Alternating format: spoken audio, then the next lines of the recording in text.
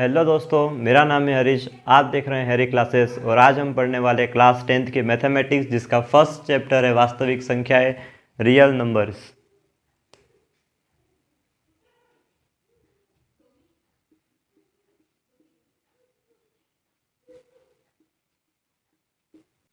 Combination होता है rational number और इरेशनल नंबर।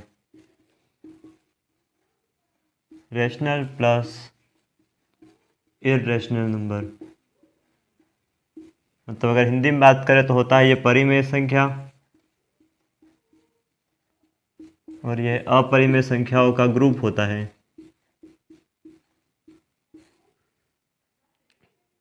वास्तविक संख्या वे संख्याएं होती है जो परिमेय संख्या और अपरिमेय संख्या का समूह होती है। Group of rational and irrational number is called real numbers. परिमेय संख्या के उदाहरण। परिमेय संख्या कहते हैं किसको? ऐसी संख्या है जिसे p अपॉन क्यू की फॉर्म में लिख सकते हैं और q का मान 0 के बराबर नहीं होगा तो कौन सी संख्या कहलाएगी? परिमेय संख्या। अगर एग्जाम्पल की बात करें, एग्जाम्पल कौन कौन से होते हैं तो 3/5, 4/5, 1, 3, 2 एट्सेट्रा। अब बात करें अपरिमेय संख्या, तो ऐसी संख्या है जिन्हें p/q के रूप में नहीं लिखा जा सकता, या q का मान हो सकता है 0 आ जाए, जैसे फॉर एग्जांपल 3/0, √3, √2 एट्सेट्रा। यह परिमेय संख्या होती है, इसे p/q के रूप में नहीं लिखा जा सकता। अब हम इसका पहला चैप्टर है, इसके एक्सरसाइज नंबर 1.1 करेंगे। एक्सरसाइज 1.1 कहती है कि निम्नलिखित संख्याओं का HCF ज्ञात करने के लिए यूक्लिड विभाजन एल्गोरिथम का प्रयोग करें। यूक्लिड विभाजन एल्गोरिथम।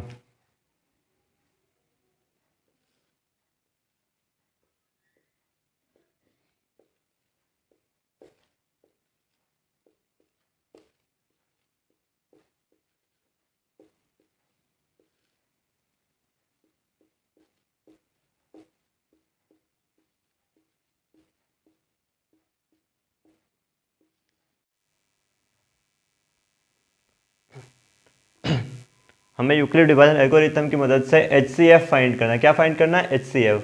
HCF हमारा दो संख्याएं दे रखी होगी, माना पहली संख्या एग्जाम्पल दे रखा है। एग्जाम्पल छोड़िए, हम डायरेक्ट सीधा एक्सरसाइज पर जाते हैं। एक्सरसाइज 1.1 का पहला क्वेश्चन दे रखा है 135 और 225, 135 और 225, 135 और 225। 135 छोटी संख्या है तो हम सबसे पहले 135 को लिखेंगे, इसके बाद 225 से डिवाइड करेंगे। कितनी बार जाएगा? 1 टाइम जाएगा 135। फर्स्ट स्टेप हमारी ये रहेगी। शेषफल कितना बच रहा है? 0, और 22 से 13 गए तो 90। ठीक है, अब किस तरीके से लिखेंगे इसको? अभी शेषफल 0 नहीं आया है, इसलिए हम ये 225 किसके बराबर है? 135 इंटू 1 प्लस 90 किसके बराबर है? 135 इंटू 1 प्लस 90 के क्या बराबर है? 225। अब क्या शेषफल बचा? सेकंड स्टेप हमारा रहेगा 135 को डिवाइड करना है 90 से। अगर 1 से डिवाइड करेंगे तो यह आएगा 90, शेषफल बचेगा 5 और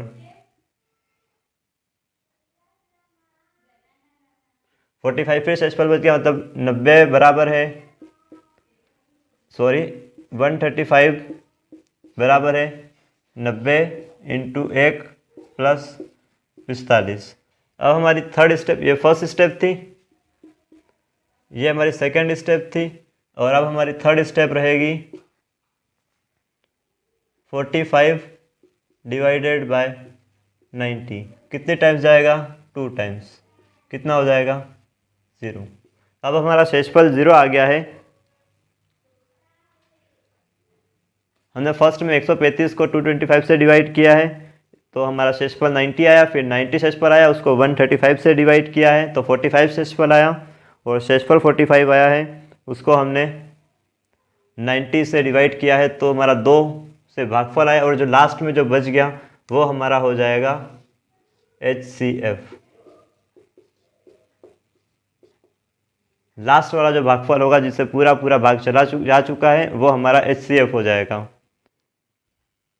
उसी तरह हमारा यूक्लिड विभाजन एल्गोरिथम से दूसरा क्वेश्चन है 196 और 38,220 196 और 38,220 का HCF निकालना है। तो हम क्या करेंगे, 196 को डिवाइड करेंगे किससे, 196 को डिवाइड करेंगे 38,220 से। डिवाइड करेंगे तो हमारा आएगा 195, डिवाइड पूरा हो जाएगा 38,220, ये आ जाएगा 0। अब यहाँ पर शेषफल 0 आ गया है, इसीलिए हमारा HCF क्या हो जाएगा 196। HCF बराबर 196, ये हमारा HCF हो जाएगा।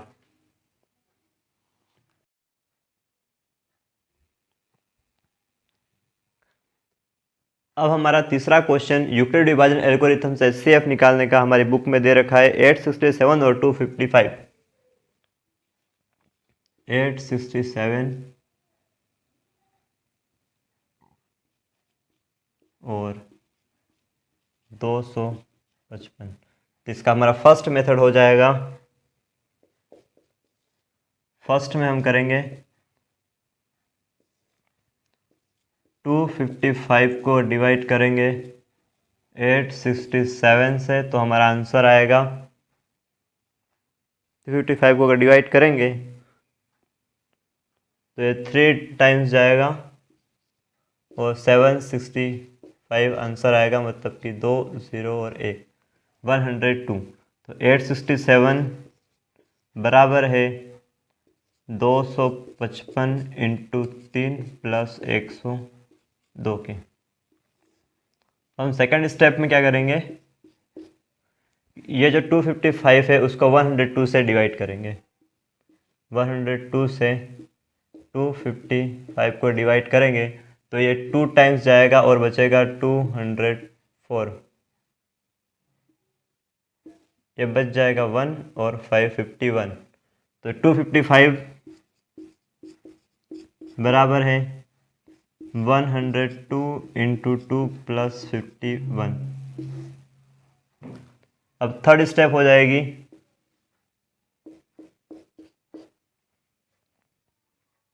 तो हो जाएगी 51 डिवाइडेड बाय 102, ये 2 टाइम्स जाएगा तो 102 और 0, 102 is equals to 51 into 2 plus 0। हमारा शेषफल 0 आ गया है, मतलब ये हमारा क्या हो जाएगा HCF। जब तक शेषफल 0 नहीं आ जाए तब तक करना है, शेषफल 0 आते ही जिससे भाग कर रहे हैं वो हमारा HCF हो जाएगा। ठीक है, यहाँ तक।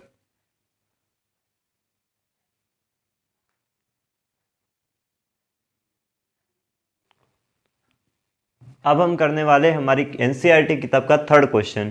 थर्ड क्वेश्चन क्या लिखा है मैं पढ़ देता हूँ। पहले लिखा हुआ है कि किसी परेड में 616 सदस्य वाली एक सेना की टुकड़ी को 32 सदस्य वाली एक आर्मी बैंड के पीछे मार्च करना है।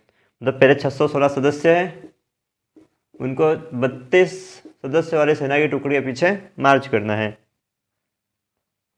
दोनों समूहों की समान संख्या वाले स्तंभों में मार्च करना है। उन स्तंभों की अधिकतम संख्या बोला है, मतलब क्या निकालेंगे तो सबसे पहले क्लियर हो जाना चाहिए। अगर अधिकतम संख्या पूछेगा तो हमें HCF निकालना है। अधिकतम संख्या पूछे मतलब हम क्या निकालेंगे HCF। वह कह रहा है कि उन स्तंभों की अधिकतम संख्या क्या है जिनमें वे मार्च कर सकते हैं। तो हम यूक्लिड विभाजन एल्गोरिथम का प्रयोग करेंगे। तो यूक्लिड विभाजन एल्गोरिथम कहता है कि सबसे पहले 32 को डिवाइड होना होगा 616 से। तो ये डिवाइड होगा तो कितनी बार डिवाइड होगा, 32 की टेबल से काउंट करेंगे, एक बार जाएगा तो 32 आएगा। तो इसमें से डिवाइड करते हैं तो ये 11 और ये 5, 8 और ये 9 और ये 29 बच जाएगा। और ऊपर से 6 उतारेंगे तो ये 9 बार जाएगा, तो ये बच जाएगा 32 इंटू 9 होता है 288। तो ये बच जाएगा 16, तो 8 हमारा शेषफल बच जाएगा। तो 616 किसके बराबर है? 32 इंटू 19 प्लस 8 के। अब क्या करेंगे? शेषफल आया है उससे हमारा सेकेंड स्टेप रहेगा, शेषफल आया है 8 डिवाइड होगा 32 से कितनी बार में होता है? 32 बार। 8 चौक 32 होता है, तो अधिकतम समूहों की संख्या कितनी हो जाएगी? 8। तो अंत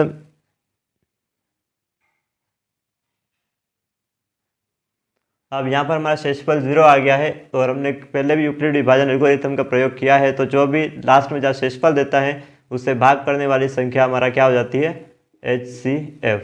तो अधिकतम संख्या कितनी हो जाएगी? मार्च करने वाले के लिए अधिकतम स्तंभों की संख्या 8 हो जाएगी। लिख देना, अधिकतम स्तंभों की संख्या 8 हो जाएगी।